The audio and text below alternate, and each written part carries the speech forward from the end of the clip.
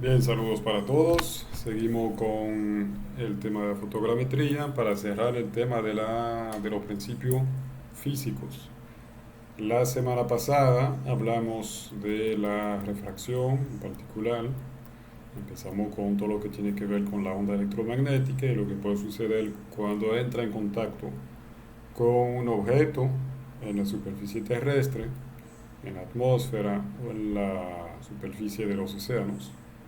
Puede haber una absorción, reflexión o transmisión y cada objeto reacciona de forma diferente en función de sus características, lo que se llama la firma espectral del objeto, es decir, qué tipo de onda refleja el objeto.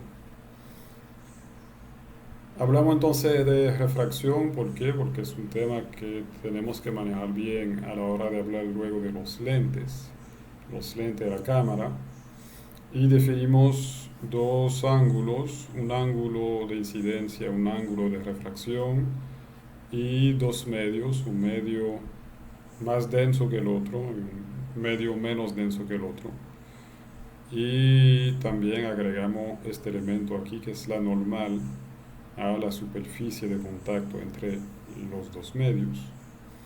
Entonces esa normal, que es la recta que es perpendicular a la interfaz aquí, el medio de contacto, la zona de contacto entre los dos medios, nos permite calcular los ángulos de incidencia y de refracción.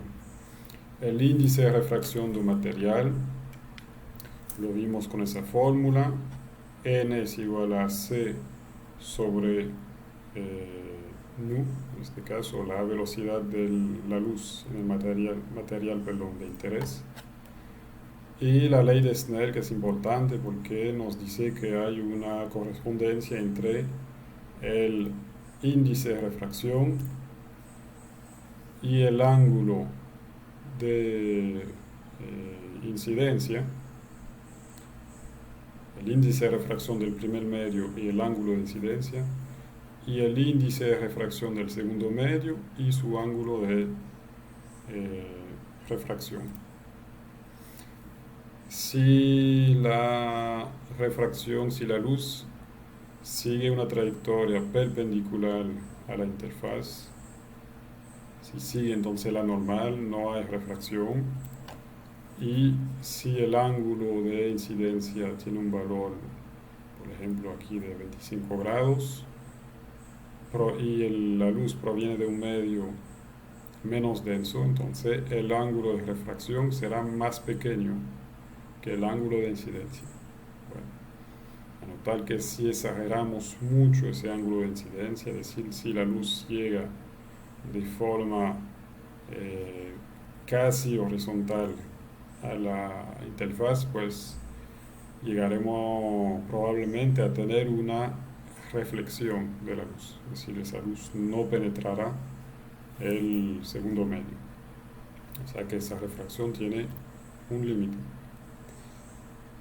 Bien, lo que significa que aquí en este ejemplo, la luz de ese árbol no queda proyectada en línea recta, sino queda desviada, ese rayo de luz queda desviado dentro del segundo medio, algo que hay que tomar en cuenta a la hora de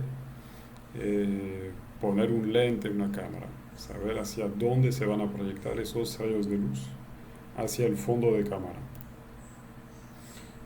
Algunos cálculos que tenían que resolver.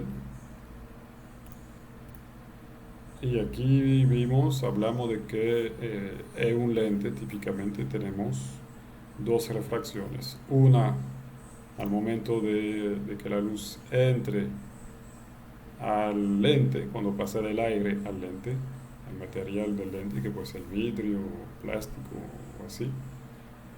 Y otra refracción a la hora de que ese rayo de luz salga del lente para entrar a la cámara y luego impactar el fondo de cámara. Y por último dijimos que el ángulo de refracción también depende de la longitud de onda. Mientras más corta es la longitud de onda, mayor es la refracción. Mientras más larga es la longitud de onda, menor es la refracción. El tema del arco iris, entonces, ¿qué sucede con un arco iris? Pues tenemos un rayo de luz incidente que va a impactar una gota de agua. ¿Por qué? Porque justamente los arcoíris se dan cuando cuando estamos viendo, eh, estamos mirando en la dirección en que la lluvia está cayendo y va a crear una especie de pared de lluvia.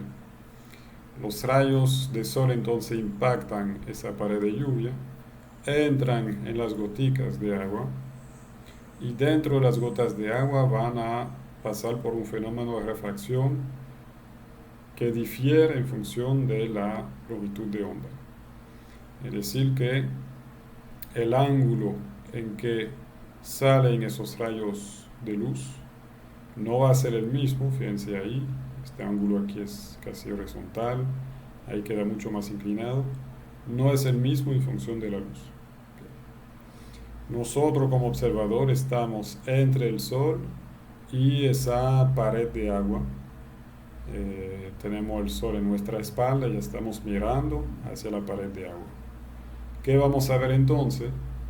Pues nosotros vamos a ver los colores separados como si fuera con un prisma, simplemente porque en función de dónde miramos nos llega la luz refractada de diferentes colores. Por ejemplo, aquí tenemos los dos casos extremos del espectro visible, el color rojo y el color azul oscuro, violeta.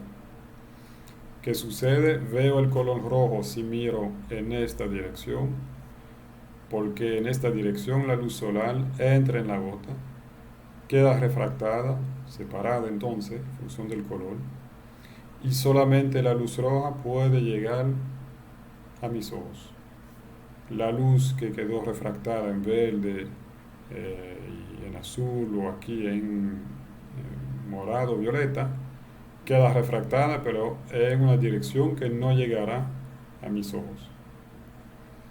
Y al contrario, si miro en esta dirección, casi de manera horizontal, voy a ver las gotas de agua que provocan una refracción de la luz solar. La luz solar queda refractada en múltiples direcciones, la luz roja no llega hacia mis ojos, la única luz que llega hacia mis ojos es la luz violeta. Por eso es que se decompone el espectro poco a poco. Luego, ¿por qué vemos ese arco iris como forma de arco? Porque esas son las únicas posiciones que mantienen siempre los mismos ángulos hacia mis ojos. Entonces son las únicas posiciones que me van a permitir ver, por ejemplo, el color rojo o aquí, ¿qué sería? El color verde manteniendo un ángulo de 42 grados. Es decir, que sobre este punto la luz llega con una reflexión de 42 grados. Ahí también, etc. ¿Y por qué un arco y no un círculo completo? Pues simplemente porque estamos viendo eso desde el suelo. Por lo tanto, es potencialmente un círculo completo que deberíamos de ver, pero vemos la mitad, porque la otra parte está, digamos, limitada por el suelo. Si vemos un arco iris desde el cielo, pues potencialmente podemos ver este tipo de fenómeno, ¿no? Es decir, que ahí sí vemos el arco iris completo. Terminamos entonces con la refracción. Vamos a ver rápidamente la difracción antes de pasar a otros elementos, otro capítulo sobre las leyes ópticas. La difracción de la luz se refiere a una distorsión de ondas en esquinas o en pequeñas aberturas hacia el otro lado del obstáculo. Esas características suceden cuando una onda se encuentra con un obstáculo o hoyo de tamaño comparable a la longitud de onda.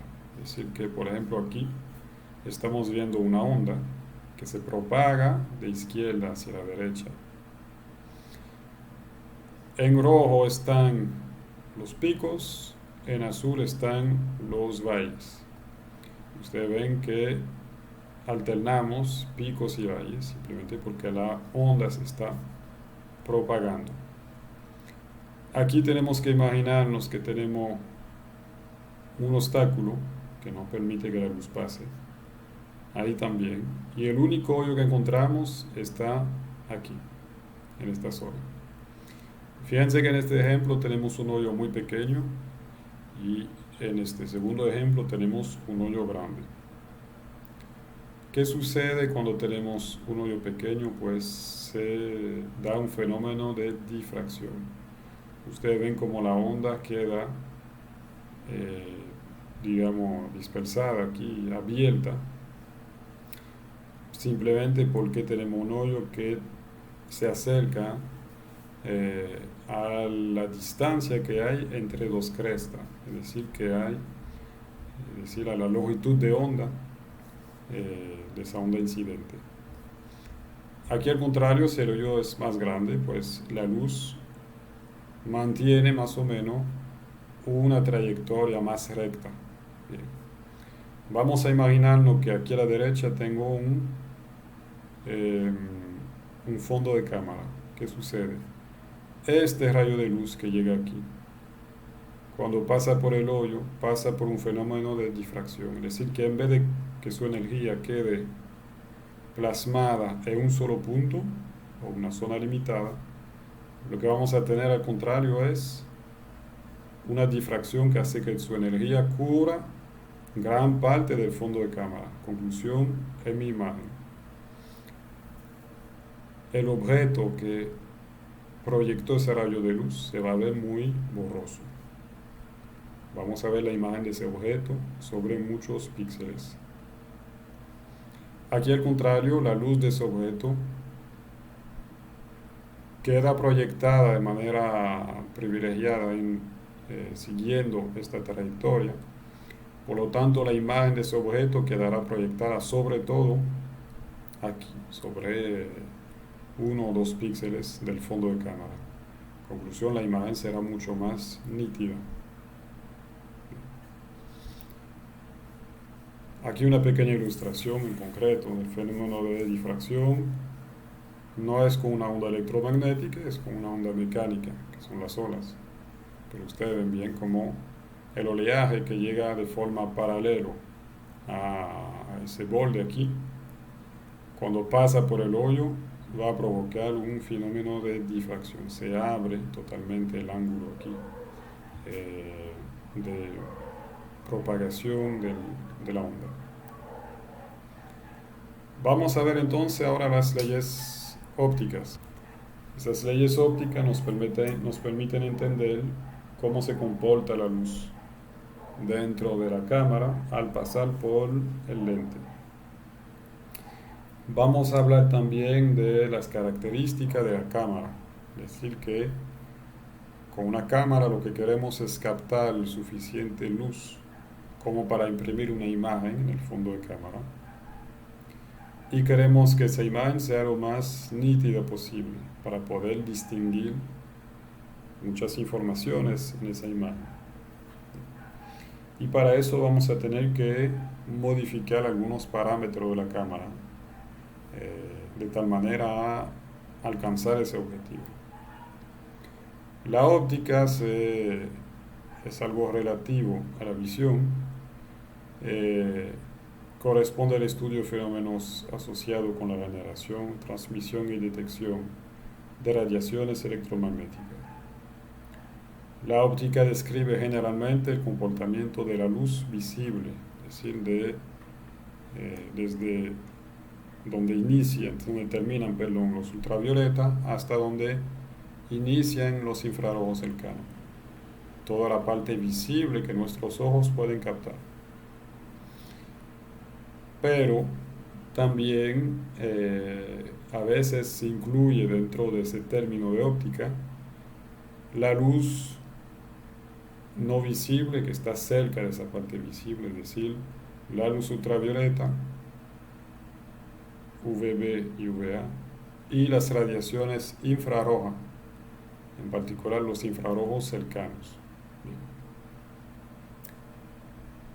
La óptica permite entender cómo se capta la luz para formar una imagen y la trayectoria de los rayos ópticos fuera y dentro de la cámara, que es justamente algo, lo vamos a ver, muy importante para poder recrear los rayos ópticos en camino inverso.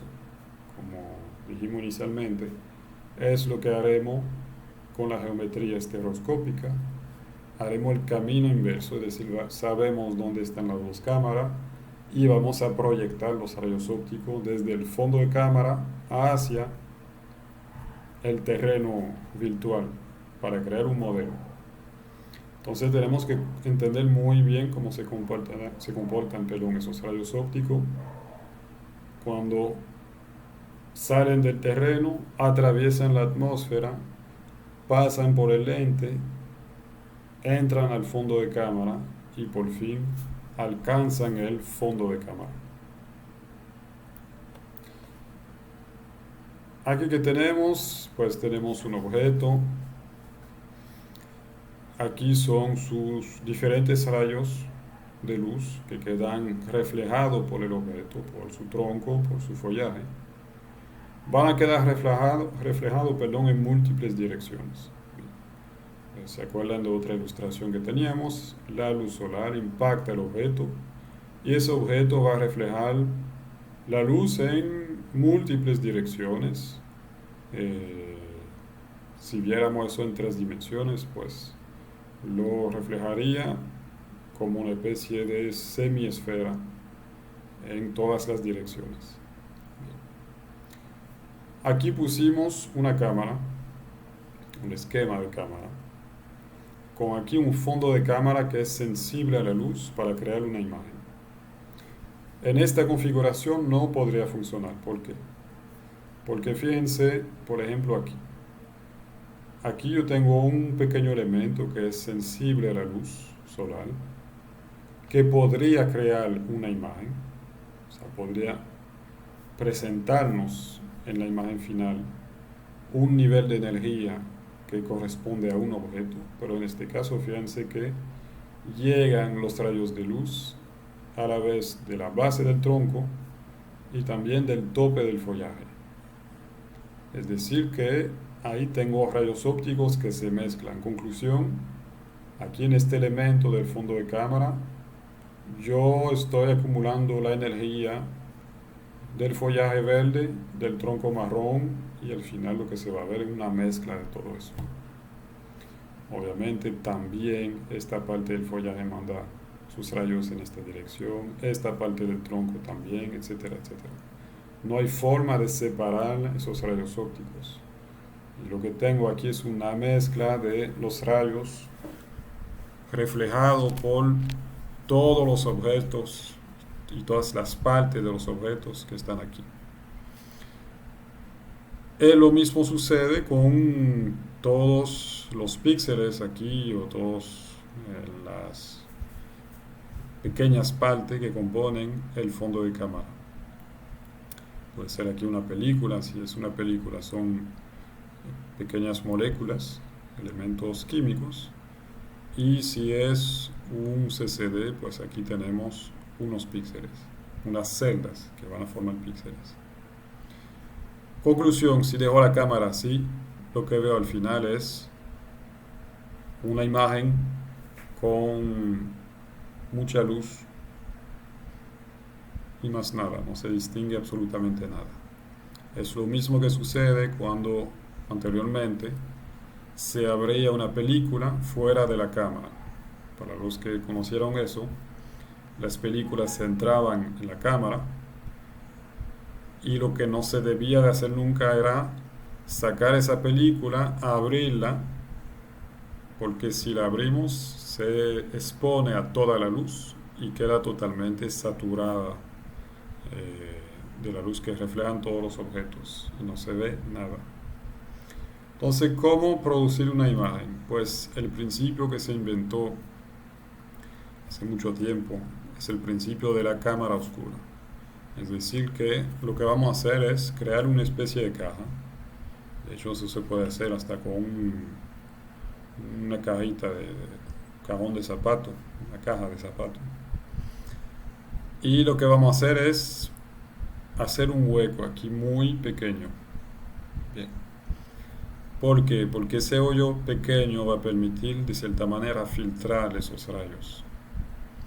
Es decir, que ahora los rayos que salen del tope del árbol en esta dirección no llegan hasta el fondo de cámara. Si salen así, tampoco. El único rayo que realmente va a lograr alcanzar el fondo de cámara es el rayo que sale de ese follaje, pasa por el huequito, por el hoyo, e impacta aquí el fondo de cámara. Conclusión, el tope del árbol va a imprimir su imagen solamente en este punto. La base del tronco, igualmente, no va a poder imprimir su imagen en esta dirección, ni en esta tampoco, etcétera. Solamente va a poder imprimir su imagen siguiendo este rayo óptico aquí. Así que la base del árbol va a aparecer en esta parte del fondo de cámara. Y así sucesivamente, lo que vamos a crear entonces es una imagen en el fondo de la cámara invertida, pero sí vamos a tener una imagen, algo que se va a poder reconocer en el fondo de cámara. Si en ese fondo de cámara entonces ponemos un material fotosensible, que inicialmente eran placas metálicas cubiertas de un elemento químico como el nitrato de plata, pues vamos a poder guardar, conservar esa imagen y crear una fotografía. Bien. ¿Cuál es el problema de esta metodología? ¿Cuál es su limitante? Pues para tener el mayor nitidez posible necesitamos tener un hoyo, muy pequeñito. Obviamente si abro un poco más ese hoyo, ahí empiezan los demás rayos de nuevo a pasar por aquí, a imprimir la imagen del tope del árbol en múltiples direcciones. A medida que abro aquí este hoyo, los rayos ópticos van a llegar aquí en esta posición, un poco más arriba, un poco más abajo. Si abro aún más el hoyo, el tope del árbol va a imprimir su imagen sobre hasta, digamos, una zona mucho más amplia aquí del fondo de cámara, hasta que cada objeto, cada parte del árbol aquí va a crear una mancha muy grande. Las manchas de luz se van a superponer y no vamos a poder distinguir nada en la imagen. Y el problema es que si hacemos un hueco muy pequeño, un hoyo muy pequeño, pues es poca al final la energía, la intensidad que logra pasar por ese hoyo e imprimir su imagen en el fondo de cámara. Si es poca esa energía, si son pocos los fotones, las partículas de luz que logran pasar cada segundo por ese hoyo, entonces la imagen que va a quedar proyectada aquí va a ser, digamos, muy débil. Es decir, no vamos a ver mucha intensidad en el fondo de cámara. Por lo tanto, va a ser difícil imprimir realmente una imagen. Lo que se hacía entonces inicialmente era dejar esta cámara en esta posición por horas, obviamente tratando de captar objetos que eran inmóviles. Lo dejamos por horas de tal manera que aquí el tope del árbol tenía el tiempo suficiente como para enviar fotones y más fotones durante horas sobre este punto hasta que los químicos podían reaccionar y crear la imagen. Entonces obviamente eso es delicado porque esa metodología queda muy limitada para tomar fotografía. Imagínense tomar fotografía de personas que tienen que quedarse ahí sentadas por horas. Imagínense para nosotros en la fotografía aérea, necesitaríamos un avión, un helicóptero, helicóptero fijo, eh, mirando en el mismo lugar por horas para tomar una sola fotografía. Para eso entonces que hemos inventado el lente, porque el lente nos va a resolver esta situación.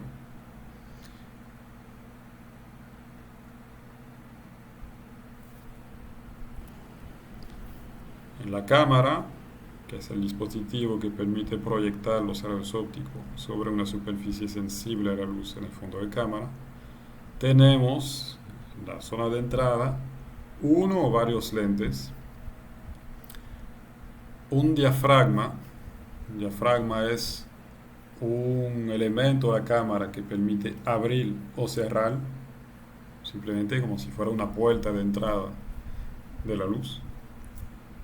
Un obturador, que se controla el tiempo en que dejamos abierto o cerrado ese diafragma.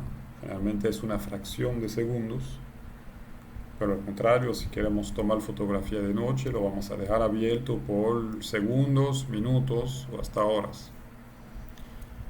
Y un material fotosensible en el fondo de la cámara, que inicialmente entonces eran placas metálicas con elementos químicos encima, fotosensibles, y ahora usamos más bien una matriz de celdas que permiten crear un raster.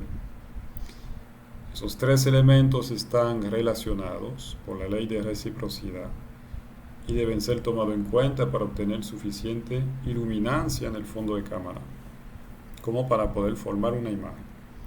Es decir, que la imagen no se va a formar si no llegan suficientes fotones al fondo de cámara.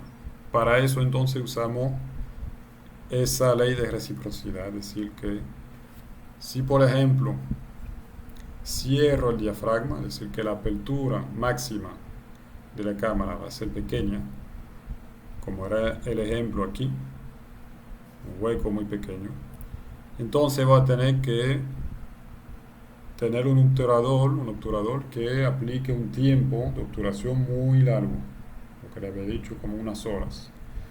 Y yo necesito, en la medida de lo posible, un material muy fotosensible, es decir, un material que con pocos fotones logra imprimir la imagen. Al contrario, si tengo un diafragma muy abierto y mantengo ese obturador abierto por mucho tiempo y un material muy fotosensible, podría llegar demasiada energía al fondo de cámara y sobreexponer ese material. Es decir, que la fotografía podría parecer totalmente blanca. No tendríamos contraste en la imagen. ¿Por qué? Porque llegaron demasiados fotones. Entonces necesitamos digamos, la cantidad correcta de fotones para tener una imagen con buenos contrastes. Y eso entonces lo manejamos modificando el diafragma, el obturador y el tipo de material fotosensible. Ahí hay que entrar un poco el arte del fotógrafo en encontrar los parámetros correctos para tener los contrastes que él quiere en su fotografía. El lente entonces tiene ese propósito de captar más rayos de luz de un mismo objeto sin mezclarlos. Es decir, que vamos a seguir manteniendo esa separación entre el rayo óptico del tope del árbol, de la base del árbol, etc. Pero también vamos a poder captar más energía del tope del árbol en un momento corto. De tal manera que rápidamente podemos formar una imagen en el fondo de cámara. Gracias a la refracción que vimos, un lente desvía los rayos de luz de un mismo objeto y los enfoca del otro lado del lente, lo que permite crear una imagen en el material fotosensible en un corto tiempo. Es decir, que en vez de usar la cámara oscura, vamos a usar esto. Estamos en la misma configuración, aquí dos elementos para que la luz de otros objetos no pueda penetrar dentro de la cámara. Aquí el fondo de cámara, y ahí en vez de tener una apertura muy pequeña, tenemos una abertura grande, pero tenemos una abertura grande porque tenemos el lente que se va a encargar de separar los rayos de los diferentes objetos. Vamos a ver aquí los rayos que emite solamente esta parte del tope del árbol. Se recuerdan que el árbol, el objeto aquí, refleja los rayos de luz del sol en múltiples direcciones. Bien. Vamos a considerar solamente los rayos que entran en contacto con el lente de la cámara. Este rayo que está aquí en el centro sería el rayo directo, ¿no?, entre el tope del árbol y el fondo de cámara. Aquí se va a imprimir la imagen del tope del árbol. Pero fíjense estos rayos aquí. Este rayo,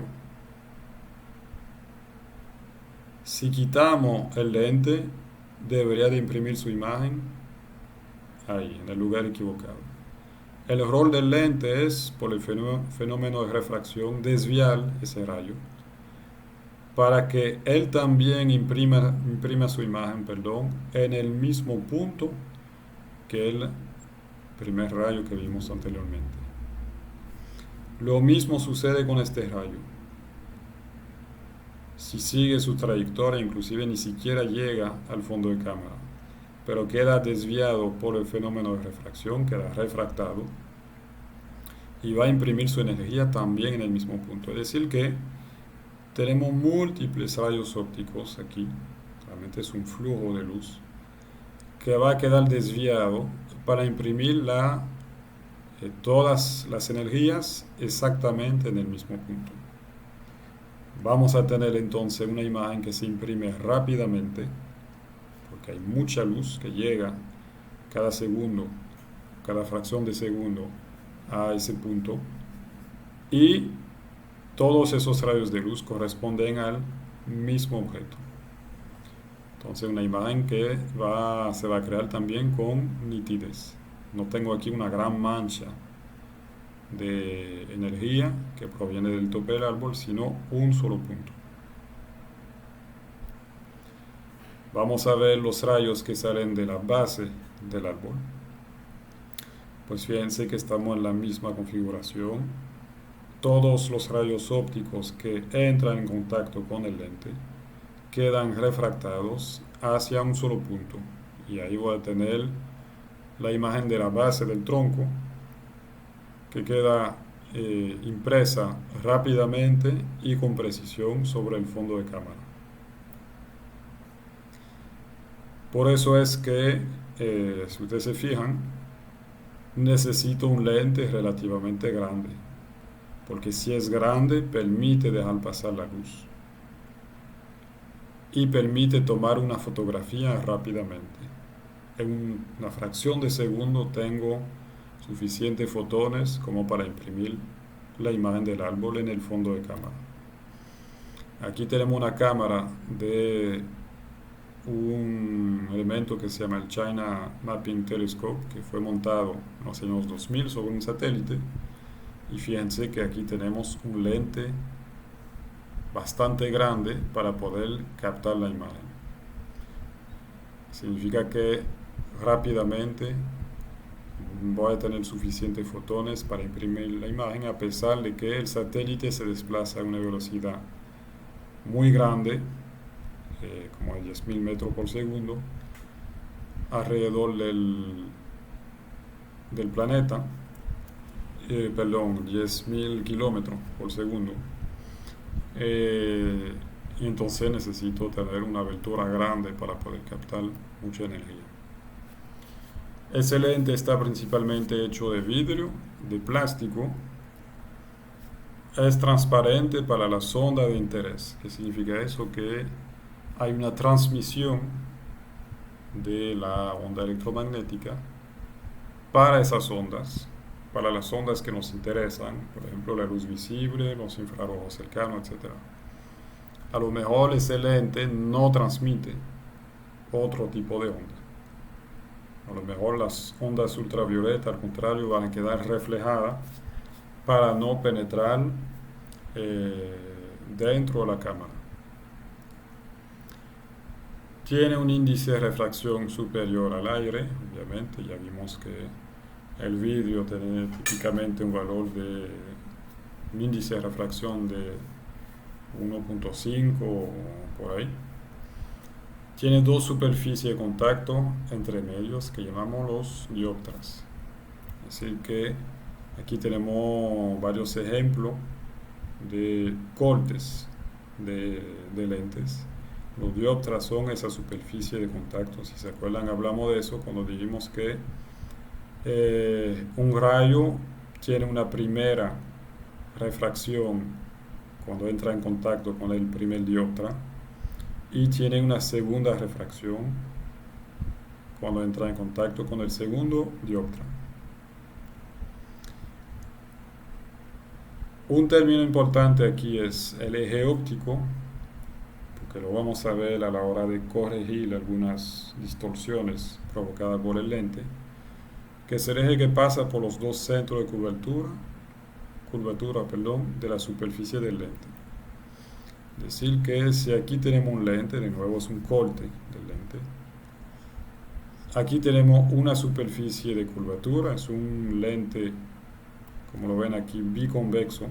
Los dos dioptras tienen superficie convexa. El centro aquí de ese círculo que permite dibujar esta superficie del lente está aquí.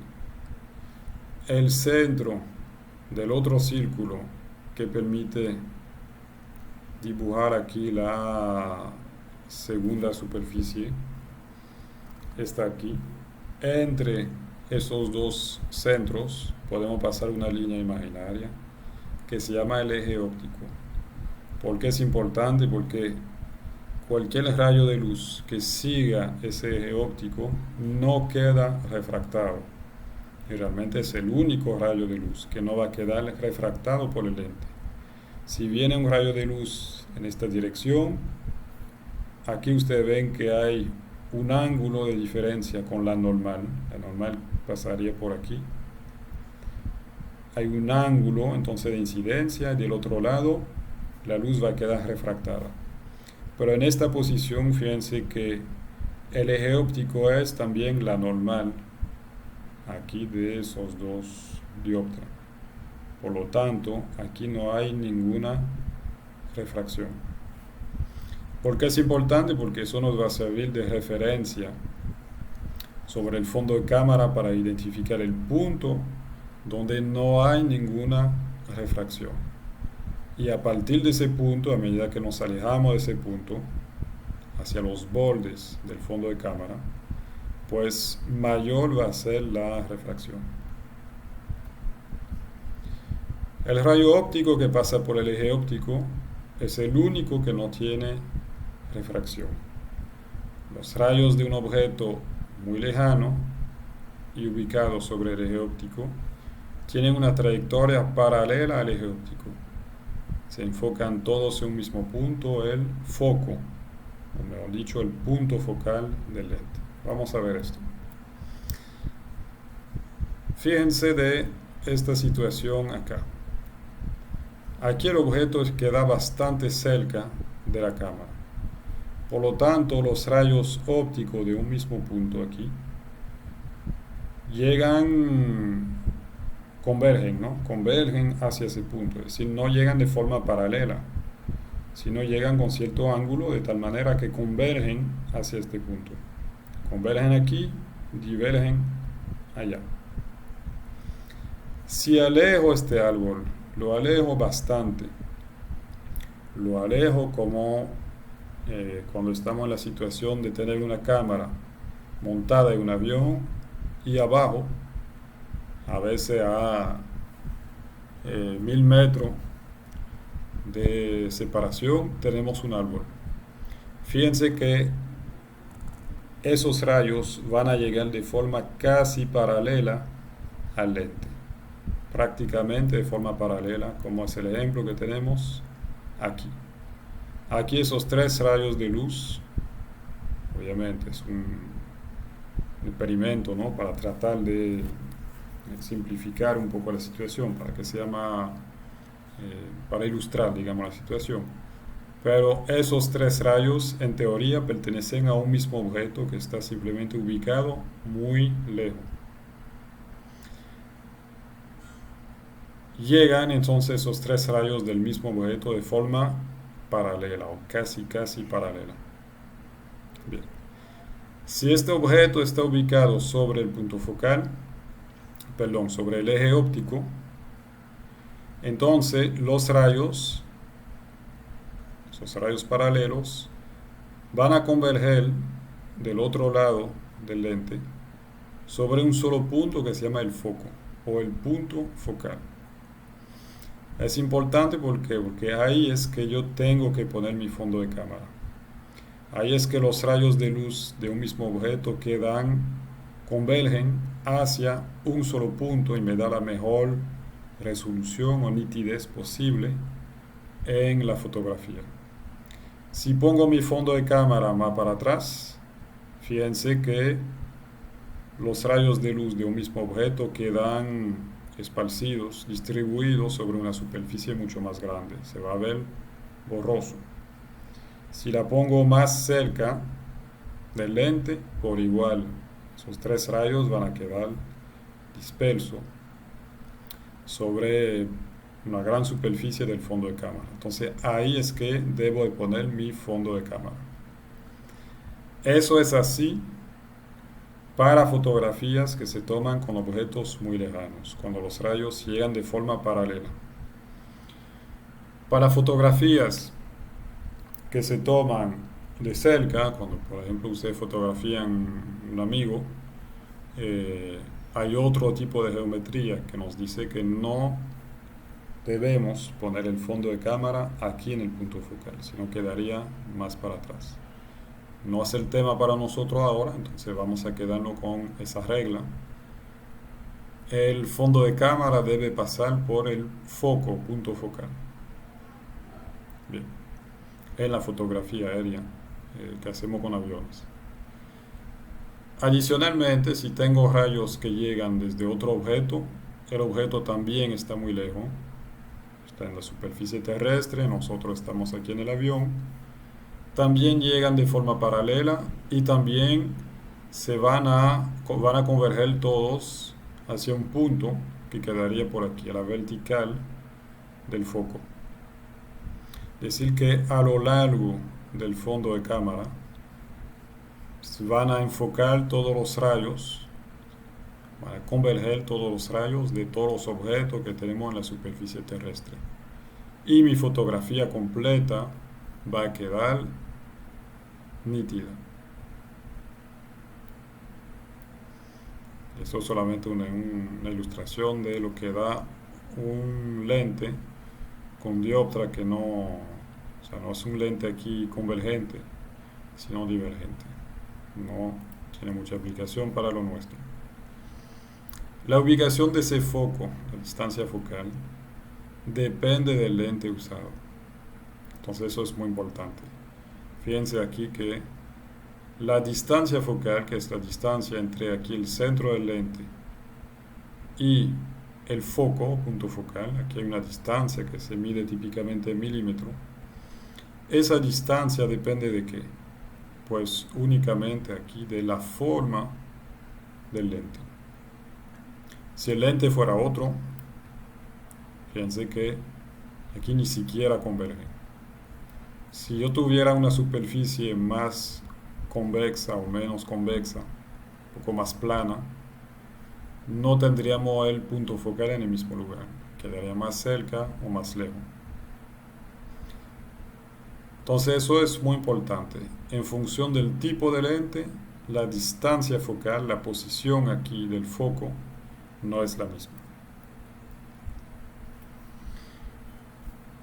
Y eso define también el ángulo de apertura. Es decir que, vamos a ver aquí un ejemplo. Aquí tengo un lente convergente. Vienen los rayos ópticos paralelos.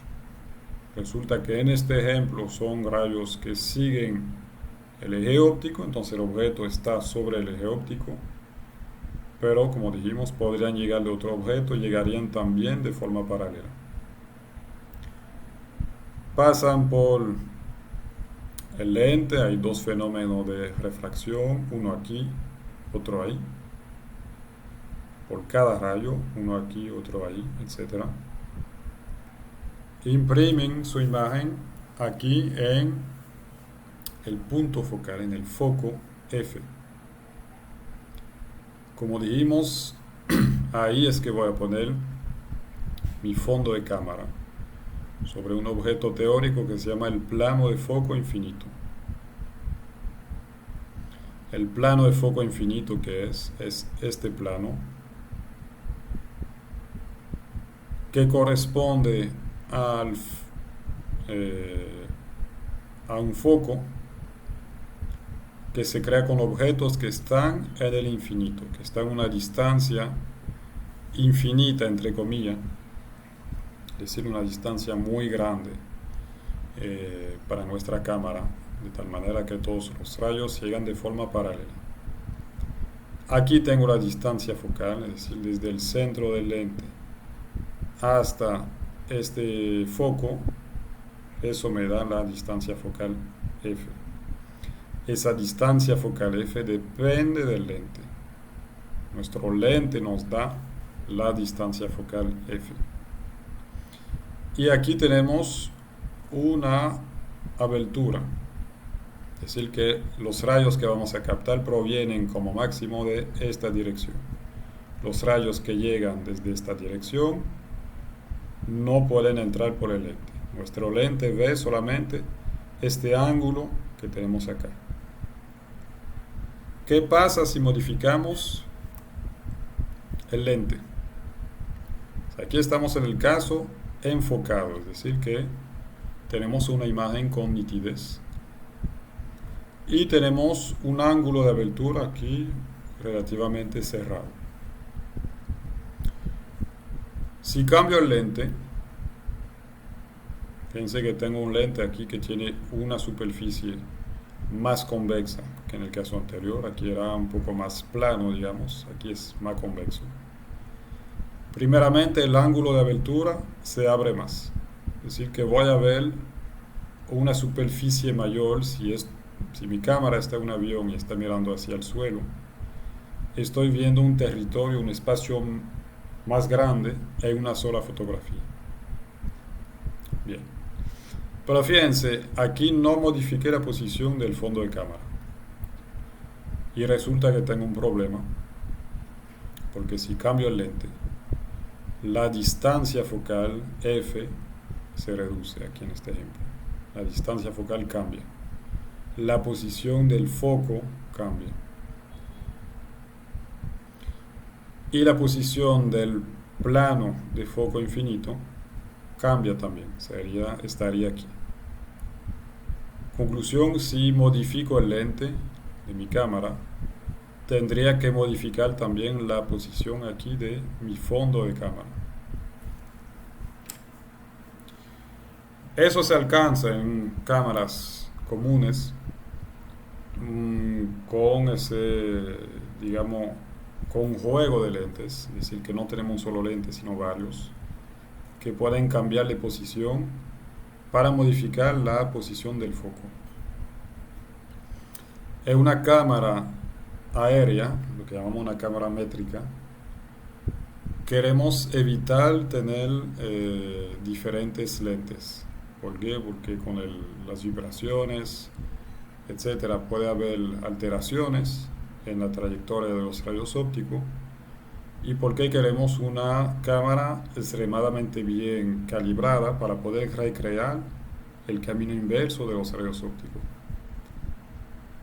Por lo tanto, en una cámara métrica, una cámara que se usa en los aviones para tomar fotografía aérea, ponemos un lente que tiene las características que queremos, que tiene un ángulo de abertura que queremos. Ponemos aquí el fondo de cámara a la distancia precisa que corresponde al plano de foco infinito para tener la imagen con mayor nitidez. Y no cambiamos nada, es decir, nunca cambiaremos la distancia focal. La posición del fondo de cámara no cambiará. No cambiaremos el lente. Dejamos la cámara tal y como está. Bien. ¿Qué resulta? Tenemos aquí, estamos en una cámara, el lente quedaría aquí, el fondo de cámara ahí. Si uso aquí el lente correcto en comparación con la posición aquí del fondo de cámara, voy a tener una imagen enfocada con nitidez. Me permite detectar muchos detalles, extraer muchas informaciones. Si eso fuera el suelo, visto desde el avión, pues podríamos ver todos los detalles, el techo de las casas, los árboles, etcétera. Y en este segundo ejemplo estoy usando un lente que no va con la posición del fondo de cámara. Por lo tanto, los rayos convergen aquí, luego divergen. Todos esos rayos aquí imprimen su imagen en diferentes posiciones del, del fondo de cámara, a pesar de pertenecer todos inicialmente al mismo objeto. Lo mismo va a suceder con otros objetos. Otros objetos van a proyectar su imagen en múltiples puntos del fondo de cámara. Y todas esas manchas de luz van a quedar ligeramente superpuestas, lo que al final me da una imagen desenfocada, una imagen borrosa. Es decir que, por ejemplo, aquí teníamos una diferencia muy marcada entre ese borde blanco de la ventana y esa pared roja. Fíjense que el límite está acá. Y en este ejemplo, al contrario, tenemos parte de la luz de la pared blanca, parte de la luz de la pared roja, que quedan superpuestos, mezclados, y por eso se ve poco el contraste entre esos dos objetos. Trabajar con una imagen así significa, por lo tanto, ver menos detalles en la imagen y realizar un trabajo de fotogrametría mucho menos preciso. No va a poder fotointerpretar bien las imágenes, es una primera cosa, pero tampoco va a poder calcular muy bien su posición en 3 dimensiones para crear un modelo en 3D. Bien. Esta ilustración es para decirle que hay una relación entre la distancia focal y el ángulo de visión, y de hecho es una relación inversa. Significa que mientras más grande es la distancia focal, más se reduce el ángulo de visión. Por ejemplo, aquí tenemos una distancia focal f que es grande. El ángulo de visión queda relativamente cerrado. No veo mucho terreno. Aquí la distancia focal es más pequeña. El ángulo es mucho mayor. Veo mucho terreno en una sola fotografía. Es algo que tenemos que tomar en cuenta al momento de escoger la cámara para tomar la fotografía. Si queremos una focal muy grande o muy pequeña, eso va a influir sobre el ángulo de visión que tendremos con nuestra cámara y digamos, la superficie que lograremos ver en la imagen. En cuanto a la abertura, que representa el área del lente o el área que deja abierto el obturador, el diafragma que está antes del lente, pues eso tiene su importancia en cuanto obviamente a la cantidad de luz que va a entrar a la cámara, pero también en cuanto a la nitidez de la imagen. Vamos a verlo ahora. Esa cantidad de fotones que llega al lente determina lo que llamamos la iluminancia, es decir, el flujo de luz por unidad de tiempo y por unidad de superficie que va a entrar, va a pasar por el área de abertura del lente y va a entrar hacia el fondo de cámara. Ese flujo de luz se mide en lumen por metro cuadrado y el lumen ya es una medición que toma en cuenta la unidad de tiempo, o sea, que toma en cuenta el tiempo eh, para ese flujo de luz. El área de abertura del lente se puede calcular de dos maneras. Obviamente se puede calcular usando la fórmula del área de un círculo, de un disco, pi r al cuadrado, pero medir el radio de un lente obviamente es complicado porque no tenemos la ubicación precisa del centro del lente, por lo tanto se tiende a usar mejor esta fórmula que es exactamente la misma, pero que se expresa en función del diámetro del lente.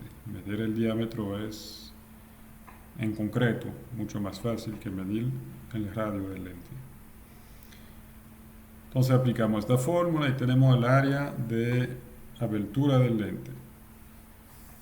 Necesitamos, como vimos con la cámara que estaba montada en un satélite, un lente bastante grande para poder captar rápidamente muchos fotones y poder imprimir la imagen. No toda la luz que entra en contacto con el lente realmente llegará al sensor. ¿Por qué? Porque tenemos un diafragma. Es un dispositivo que va a cerrar o abrir un hoyo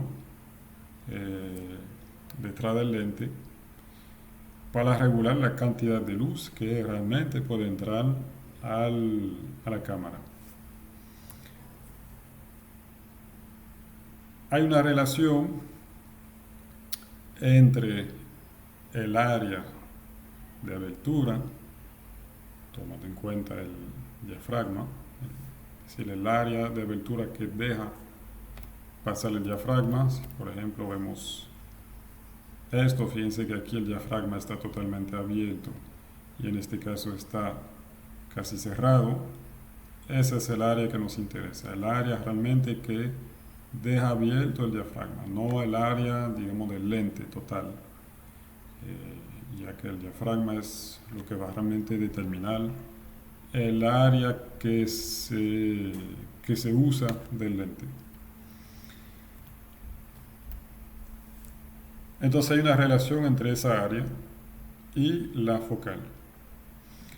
Esa relación determina lo que llamamos el número F, que es algo muy común en fotografía, que deben de conocer todos los fotógrafos.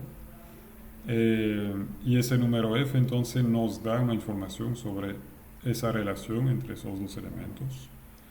Es la distancia focal F dividida entre el diámetro de abertura del lente, D. Esa relación nos da el número F. Por ejemplo, si tengo un diámetro de 72 milímetros, una distancia focal de 200 milímetros, N es igual a 200 dividido entre 72, lo que da un valor de 2.7, casi 2.8. Bien, en ese caso se dice que tiene un número F o se nota directamente así, F sobre 2.8. Bien. Otro ejemplo, si tenemos un diámetro de 24 milímetros, una distancia focal de 70 milímetros, pues ahí tenemos 70 entre 24 y realmente volvemos más o menos al mismo valor, 2.9. Es decir, que tendremos un número F de 2.8. ¿Qué significa esto? La distancia focal aquí en este primer ejemplo es mucho mayor, casi 3 veces, a la distancia focal del segundo ejemplo. Pero también el diámetro del lente es más o menos 3 veces el diámetro del segundo ejemplo. Por lo tanto, ese ratio siempre se mantiene igual. Significa que ambos sistemas recibirán el mismo flujo de luz, recibirán la misma iluminancia. Entonces, definimos esos números f, 1.8, 2.8, 4, etc. Se usan siempre los mismos valores que se han calculado de tal manera en reducir de un factor 2 la luminancia, ese flujo de luz por unidad de tiempo y de superficie, cuando pasamos de un número inferior a un número superior. Ustedes ven que a medida que cambiamos de número, el área de abertura se reduce. Pero lo que nos interesa es el área de abertura en comparación con la distancia focal. Eso es importante manejar, ¿por qué?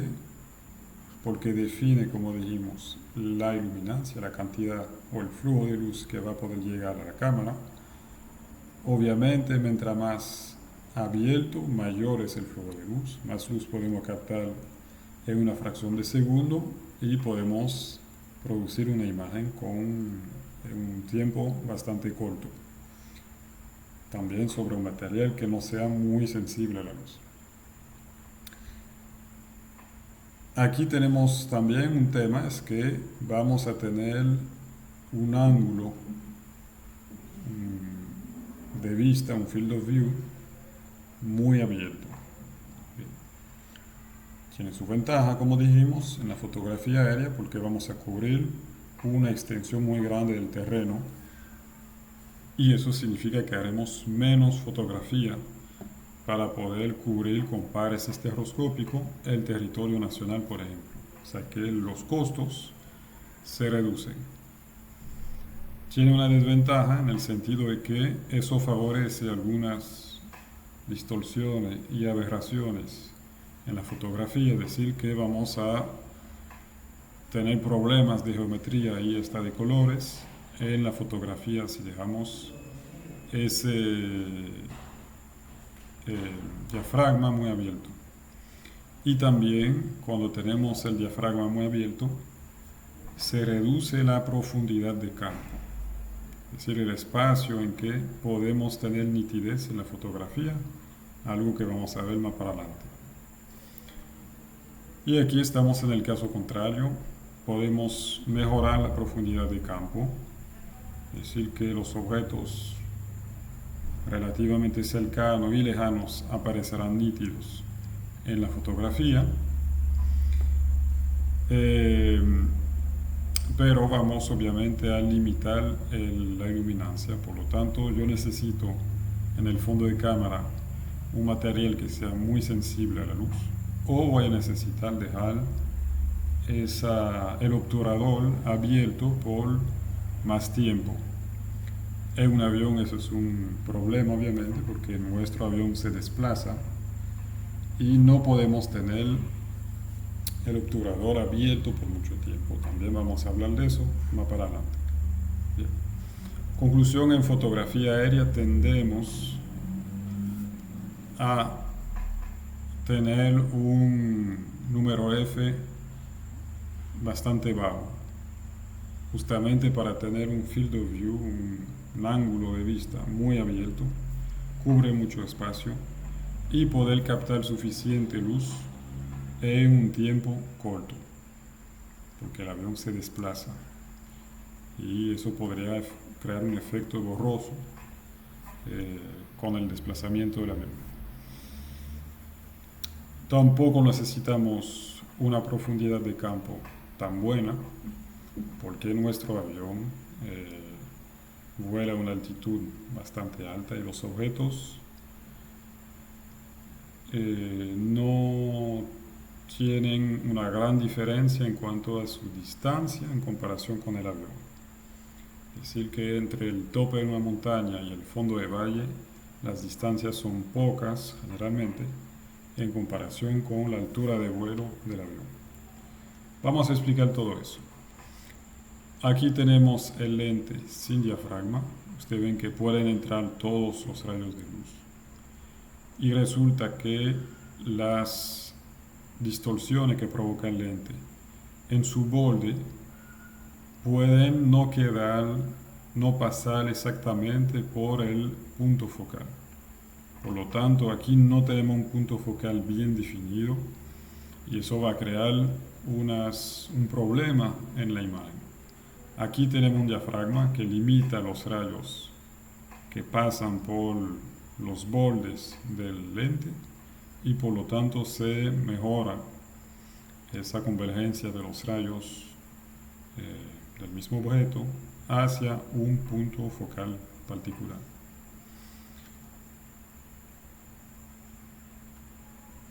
Aquí lo mismo, en este caso estamos viendo que es mejor tener un ángulo de abertura relativamente cerrado para tener una mejor convergencia que en este ejemplo aquí.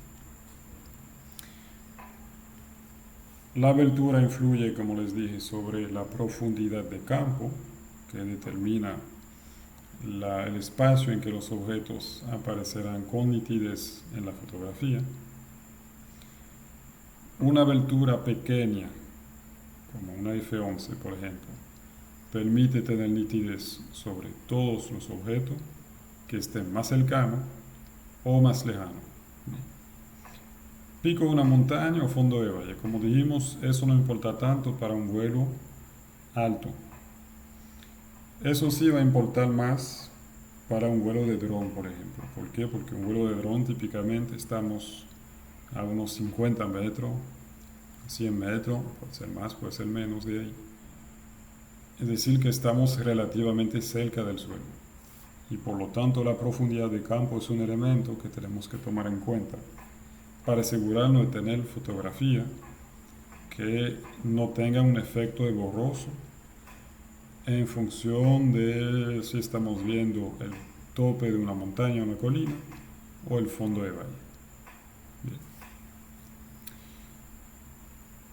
Entonces, bueno, eso influye mucho en fotografía tomada en una altura baja, dron por ejemplo, y poco para los que se lo toman con una altura alta de vuelo encima del suelo.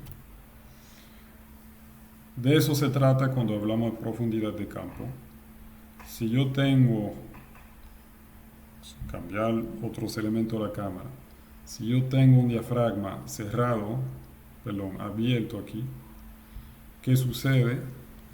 Voy a tener una profundidad de campo que me permite tener con nitidez solamente esos objetos que están entre los que están cerca y los que están lejos. Bien.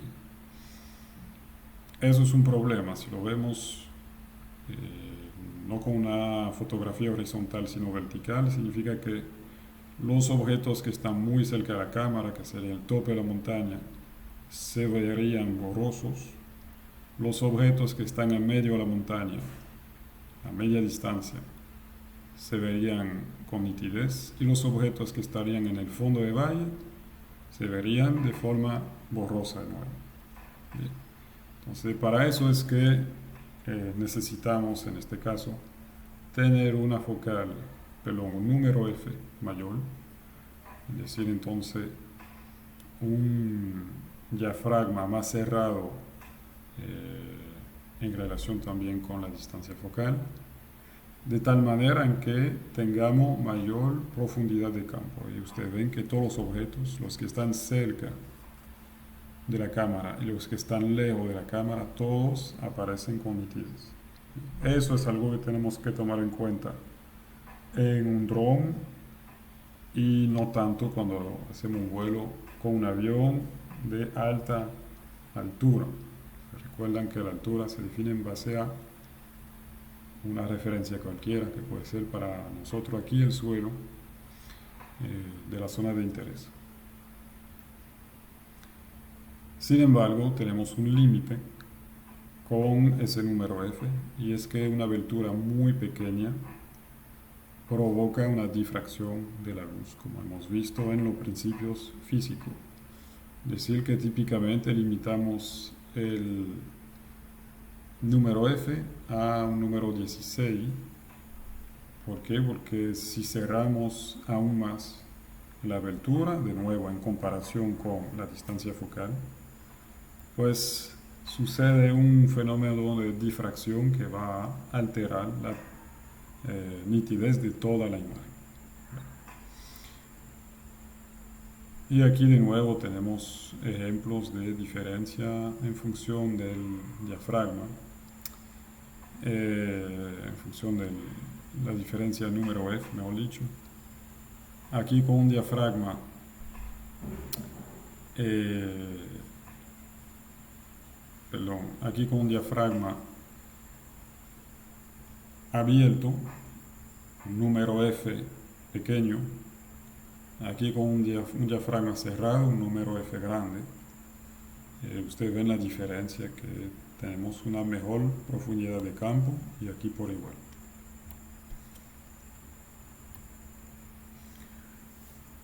También una abertura pequeña reduce la iluminancia.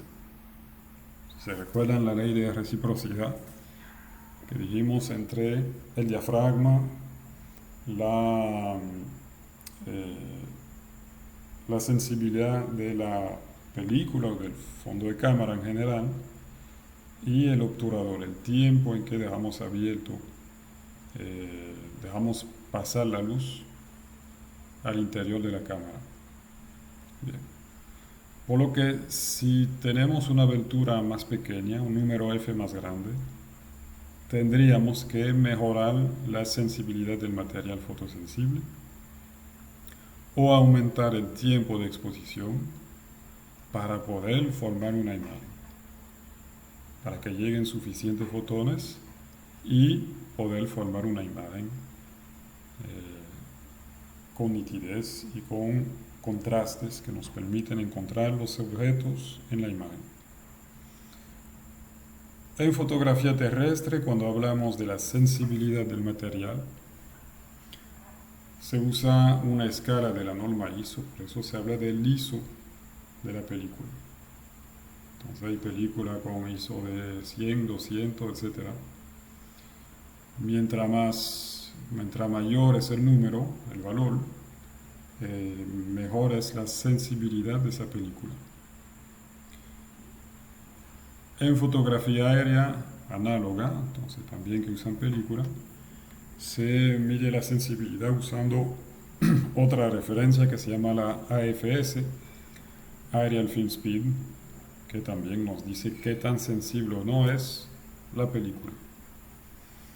Si usamos la ISO, pues ahí está, ISO 100, una película relativamente poco sensible. Aquí estamos tomando una foto de la misma vela con las mismas características, es decir, el mismo tiempo de exposición que se maneja a través del obturador y la misma abertura, es decir, el mismo número F. Cambiamos solamente entonces aquí la sensibilidad de la película, ISO 100, poco sensible a la luz, ISO 6400, muy sensible a la luz, tan sensible que satura la imagen. Aquí es difícil encontrar el límite entre la llama y el tope de la vela. Obviamente nosotros no queremos ninguno de esos casos extremos, lo que queremos es tener el mejor contraste posible. ¿Para qué? Para poder encontrar, identificar y fotointerpretar más objetos en la imagen y para poder identificar más detalles que nos van a permitir encontrar los rayos homólogos en dos fotografías en un par estereoscópico de los mismos objetos. Y ojalá sean objetos puntuales que podamos definir muy bien, como este pedacito de la mecha, ¿no? que cayó ahí. Bien, esta sería la imagen que queremos, porque podemos ver muchos detalles. Hay un excelente contraste en esta imagen. Esta no, está muy limitada, y esta mucho menos. Ahí es muy difícil encontrar objetos dentro de esta imagen. Hoy obviamente usamos sensores digitales. Bien. Esos sensores digitales que son, por ejemplo, el CCD, Charge Coupled Device, el CMOS, Complementary Metal Oxide and Silicon.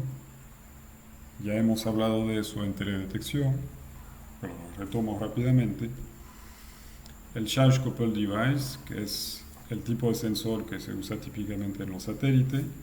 El CMOS, que es el que se usa en los celulares y generalmente también en los drones, las cámaras que montamos en los drones. Son sensores digitales compuestos por un gran número de celdas que van a captar la energía y transformarla en una corriente eléctrica que a su vez va a ser transformada en un valor codificado, cuantificado, típicamente entre 0 y 255, si está codificado en 8 bits. El CCD produce menos ruido y usa un obturador global. El CMOS usa un obturador generalmente por desplazamiento, un shuttle, pero es menos costoso. El tema del ruido es lo que más nos importa, nos interesa aquí. ¿Por qué? Porque el ruido define la cantidad mínima de energía que vamos a poder realmente captar con la celda y luego transformar en una imagen. Decir que esos aparatos por defecto tienen un ruido que tiene que ver en particular con el calor del elemento electrónico. Un ruido que no podemos eliminar, simplemente podemos limitarlo, en particular con el frío. Hay sistemas que producen frío para limitar ese ruido en el CCD. Pero bueno, siempre hay un ruido inherente al componente electrónico. La sensibilidad de esos elementos no funciona como las películas y su norma ISO. En este caso, la película es más o menos sensible en función del componente químico fotosensible que tenemos en la película. Aquí en este caso es la celda que tiene, cada celda del sensor tiene su señal, bueno, un ratio entre la señal y el ruido, signal, en inglés, signal to noise ratio, el ratio entre la señal y el ruido, que nos permite definir qué tan sensible es la celda. Luego no podemos cambiar esa celda. O sea, no estamos en el caso anterior en que puedo cambiar la película. Mi sensor es bueno o no lo es para captar la luz, crear una imagen, en vez de darnos una imagen del ruido que él mismo produce. Bien. Entonces, por ejemplo, significa que en un celular, en una cámara digital, cuando modificamos el ISO, no estamos modificando nada, porque ese ratio de la señal sobre el ruido ya está definido por fábrica. Simplemente estamos modificando un poco la visualización de la imagen para tratar de ver más o menos energía mínima que puede captar el celular. Si seguimos con ese ejemplo de celular. Entonces, estas celdas están hechas para captar fotones con mejor o menor capacidad. Pero el juego va a ser captar más fotones para poder crear una imagen. Obviamente, si capto muchos fotones con una celda, se reduce o mejora, mejor dicho, el ratio de la señal sobre el ruido. Bien. Por lo tanto, mejora la calidad de mi imagen. Lo que vamos a tratar de hacer entonces con esa celda es captar una gran cantidad de luz para poder crear una imagen de calidad y no una imagen del ruido del componente electrónico. ¿Cómo hacemos eso? Cada celda capta energía, capta fotones.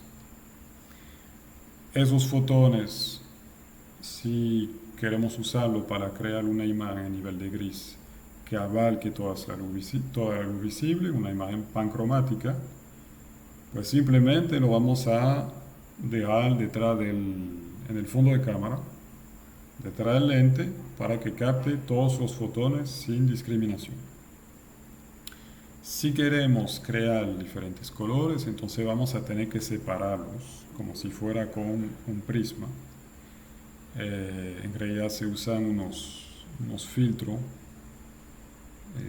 o unos espejos semi-transparentes que dejan pasar solamente un tipo de luz y los orienta hacia una celda del sensor. Así es que se producen las diferentes bandas, las diferentes bandas de colores, entre comillas,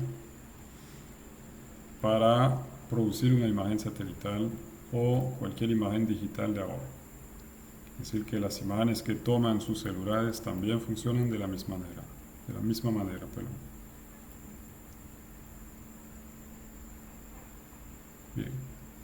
Vamos a separar los fotones en función de la longitud de onda. Creamos así tres bandas, por ejemplo la banda azul, la banda verde y la banda roja. Pueden ser más, de hecho pueden ser mucho más. Hay satélites hiperespectrales que producen más de 250 bandas. Y eso lo hacemos usando un filtro como el filtro de Bayer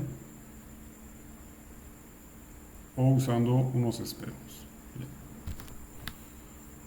Aquí tenemos una imagen solamente en nivel de gris, entonces una imagen pancromática, y fue codificada solamente un bit.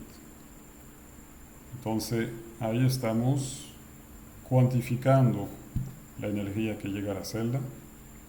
Si está por debajo de un valor, tenemos en salida, en el raster, un píxel con el valor 0, aquí en negro, y si esa energía estuvo por encima de ese valor, entonces tendremos aquí un píxel de salida con el valor 1. Entonces, o estamos por encima, aquí, o por debajo, ahí, de un valor definido en esa cámara de un bit. Si tenemos 2 bits, significa que tenemos 4 posibilidades, 0, 1, 2 y 3. Entonces ahí tenemos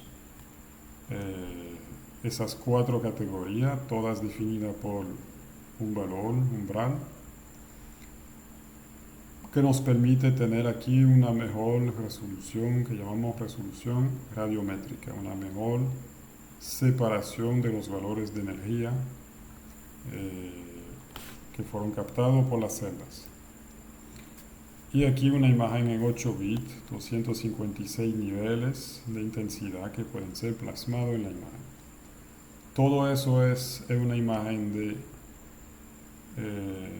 una sola banda, una imagen pancromática, y también podemos producirla separando por bandas. Juntamos esas 3 bandas de colores primarios y recreamos una composición a color natural. Todo eso lo hemos visto anteriormente. Aquí también algo que hemos visto, cómo filtrar esos colores. Pues, por ejemplo, aquí la luz solar que pasa por primeramente un filtro infrarrojo para dejar pasar solamente la luz visible, y aquí un filtro de diferentes colores para imprimir, por ejemplo, aquí solamente el color de la luz roja, de la verde, del azul, etc. Eso nos va a permitir crear diferentes píxeles de diferentes colores y al final una sola imagen. No me voy a extender, todo eso lo hemos visto anteriormente. Aquí el filtro de Bayer. Y aquí un CCD, en este caso bastante grande, porque Lo que queremos, si se recuerdan, obviamente es tener muchas celdas para producir imágenes con una muy buena resolución espacial en la medida de lo posible, pero también queremos que cada celda sea lo suficientemente grande como para poder captar muchos fotones, es decir, que la superficie de esa celda también importa. De nada me sirve tener 250 megapíxeles si mi sensor aquí, si mi CCD es pequeñito, porque significa entonces que cada celda va a ser muy pequeña y no va a recibir muchos fotones por unidad de tiempo, es decir, en base a ese flujo de iluminancia. Necesito por lo tanto un CCD obviamente con muchos píxeles, pero también con píxeles de un tamaño que no sea demasiado pequeño, de tal manera a captar muchos fotones y poder tener un buen ratio de señal sobre ruido.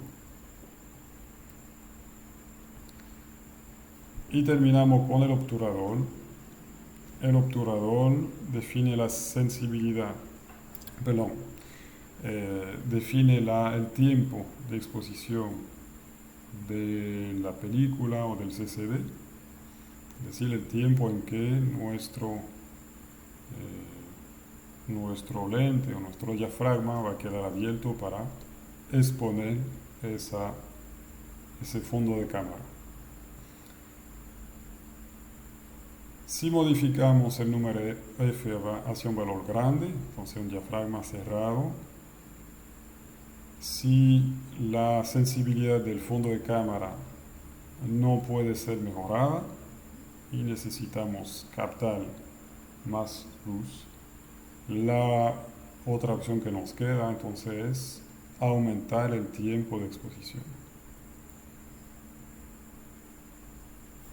Se controla eso con el obturador y cuando usamos ahora una cámara digital en modo automático, esas cámaras tienden a asociar un tiempo de exposición con un número F, de tal manera que se mantiene siempre la misma iluminancia que llega al fondo de cámara. Es decir, que se busca un balance automático entre un número F. Si el número F se vuelve muy grande, por lo tanto la abertura muy pequeña, el tiempo de exposición automáticamente va a quedar un poco mayor. Produce el mismo efecto que con la sensibilidad ISO, es decir que mientras más largo es el tiempo de exposición, por ejemplo aquí, mayor flujo de luz, mayor iluminancia va a poder llegar al fondo de cámara e imprimir una imagen. Aquí tenemos una imagen que se toma en una parte de 60 de 60, ¿cómo se diría eso? Una parte de 60 partes de un segundo. Ustedes buscarán la forma más española de decirlo. Y aquí tenemos un tiempo mucho más corto de exposición. Bien. ¿Cuál es la limitante que tenemos ahí también? Pues el tema es que esta situación, por ejemplo, queda perfecta si no movemos la cámara al momento de tomar la foto y si no se mueven los objetos que estamos tomando en la fotografía. Imagínense si esa llama se mueve mucho, tiembla mucho. En ese tiempo, tiene tiempo de estar un poco a la derecha y un poco a la izquierda. Conclusión, vamos a tener una imagen que va a quedar un poco borrosa alrededor de la llama. Al contrario, aquí el tiempo de obturación es tan corto, el tiempo de exposición es tan corto que vamos a tener una mejor nitidez. Y eso tiene su importancia en la fotografía aérea. ¿Por qué? porque nuestro avión se mueve en comparación con el suelo. Bien. Que sea un avión, que sea un dron, mayor todavía es ese efecto con un dron, porque el dron está más cerca del suelo. Tenemos que evitar entonces que aparezcan las imágenes borrosas por ese movimiento y por lo tanto vamos a necesitar un tiempo de exposición muy corto, relativamente corto. El segundo problema, ¿cuál es? Es que hay diferentes tipos de obturadores. Un obturador global que se usa generalmente con los SD y hay obturadores más económicos, más baratos, los que usan los celulares, por ejemplo, y las cámaras digitales corrientes, que se llaman rolling shutter. Es decir, que ahí vamos a tener un obturador que escanea, pasa encima de de la matriz de celda típicamente y puede provocar un efecto bastante malo en la imagen. Vamos a ver primeramente el obturador global. El obturador global abre y cierra para toda la fotografía. Aquí tenemos una diferencia entre un obturador, un tiempo de exposición muy corto, perdón, muy largo, y aquí un tiempo de exposición más corto. Fíjense que es lo que decía, ¿no? El agua se ve bastante borrosa por ese tiempo de exposición demasiado largo. Y aquí el agua queda bien definida en la imagen porque el tiempo de exposición es muy corto. El caso del rolling shutter, como les decía, complica aún más el asunto.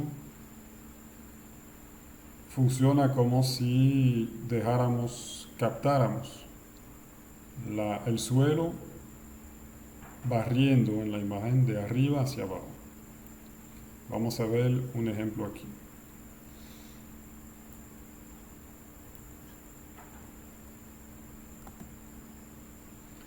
Aquí tengo la hélice de un avión. De este lado se toma de forma normal. Aquí al mismo momento, a la derecha, estamos tomando una fotografía de esa hélice. ¿Qué sucede en este caso? Sucede que la fotografía, el rolling shutter, el obturador, va a barrer de arriba hacia abajo y va a provocar esas distorsiones en la imagen. ¿Por qué? Porque aquí la hélice se mueve de forma muy rápida en comparación con el rolling shutter, el movimiento del obturador. Obviamente aquí fue grabado con una videocámara de tal manera poder verlo muy lento, pero ustedes entienden que esa hélice se movía muy rápidamente y va a provocar todos esos efectos en la imagen. Fíjense aquí otro ejemplo. Se ve la hélice totalmente distorsionada. ¿Por qué? Porque se da este efecto. Bien. Entonces eso lo vamos a tener que tomar en cuenta en la fotografía aérea. Con un dron, si usamos una cámara que usa ese tipo de obturador, en lo ideal tenemos que tomar las fotografías sin mover el dron. O sea, ese dron, un quadcopter, un dron de 4 hélices, tiene la capacidad de hacer un vuelo fijo, mantener su posición fija.